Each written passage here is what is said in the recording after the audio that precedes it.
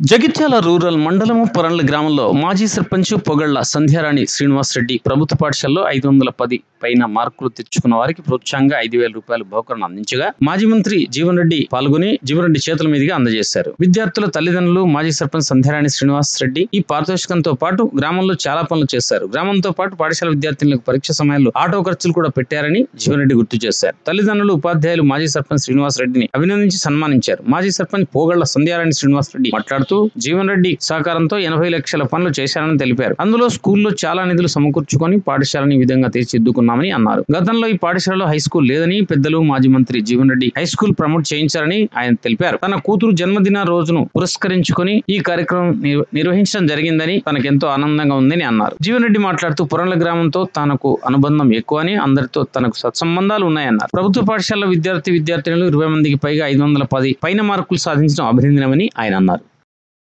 Akila, I think almost you're outgoing senior.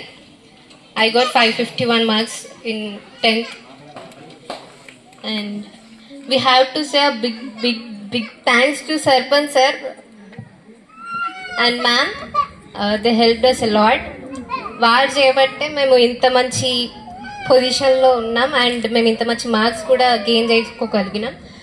Sir ఏమన్నారంటే గత సంవత్సరం మనం ఫేర్వెల్ పార్టీలో ప్రతి సంవత్సరం ఆనవాయితీగా సర్పంచ్ గారిని పిలిచి మనకి, ఎందుకంటే సార్ ఒక్కటి ప్రతి సంవత్సరం చేస్తున్నారు, 10వ తరగతి విద్యార్థులను ఇక్కడి నుంచి పొలాస కేంద్రంకు ఆటోలో అన్ని గ్రామాల వాళ్ళను అమ్మాయిలకు ఆటో సౌకర్యం సమకూరుస్తున్నారు. అదే పెద్ద కార్యక్రమం.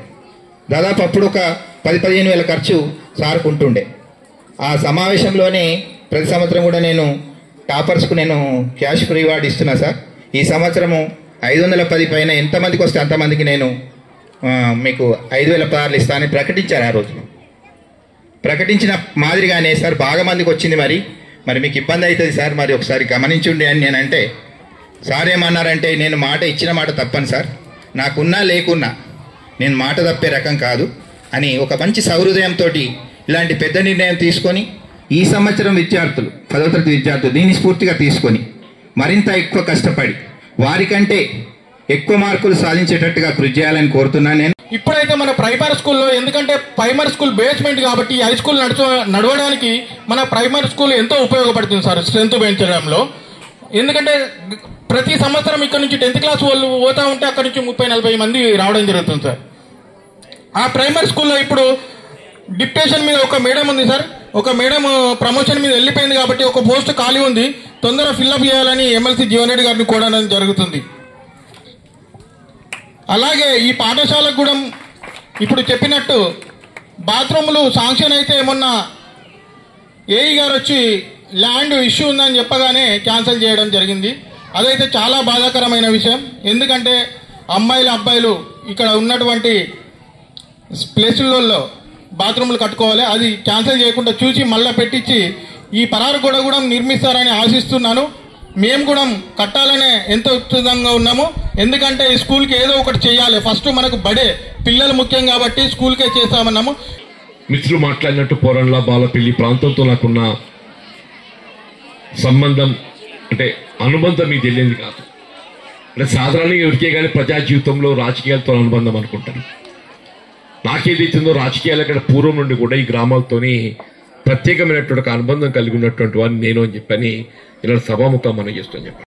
వాళ్ళు మనం ఎంత ఇదేమో జీవనోపాధికి సంబంధించి మన పిల్లల భవిష్యత్తు అనేది ఏదైతుందో విద్యపై ఆధారపడుతుందని చెప్పండి.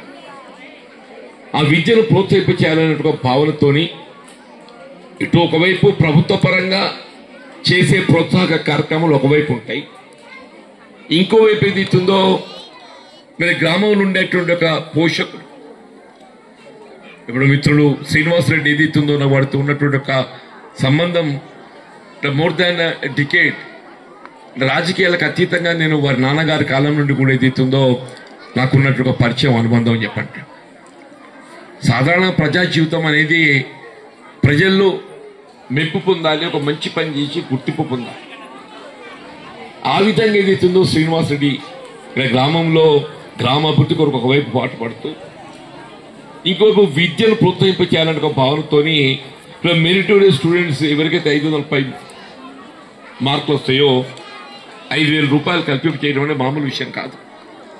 ఇక్కడ దాదాపు 21 మంది అంటే almost 50% of the out going students might have got more than 500 marks.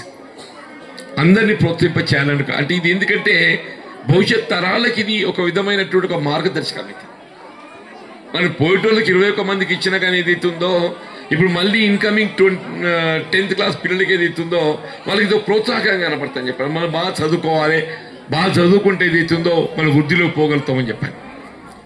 ఆ విధంగా కార్యక్రమం చేపట్టడం చాలా అరుదు. మరి సంధ్య వాళ్ళ కూతురు వాళ్ళ జన్మదినం, పాప శ్రీలేఖ, శ్రీనీల పాప ఏదైతుందో బర్త్డే కావటము, అమ్మాయిని కూడా వాళ్ళు ఏదైతే కష్టపడి బాగా చదివించి వల్ల ఉన్నత విద్య కొరకేది వారిని విదేశాలకు పంపించారని చెప్పండి. అంటే విద్య అనేది ఏదైతుందో దాని యొక్క అవసరాన్ని గుర్తించే విధంగా వీళ్ళ గ్రామంలో ఉండేటువంటి యొక్క ప్రతి పిల్లలకు ప్రతి పేరెంట్ తెలియాలనే భావనతోని ఈ కార్యక్రమం నిర్వహింపజేసిండు. నేను వారిని హృదయపూర్వకంగా అభినందిస్తామని చెప్పని సభాముఖంగా మనం చేస్తామని చెప్పండి.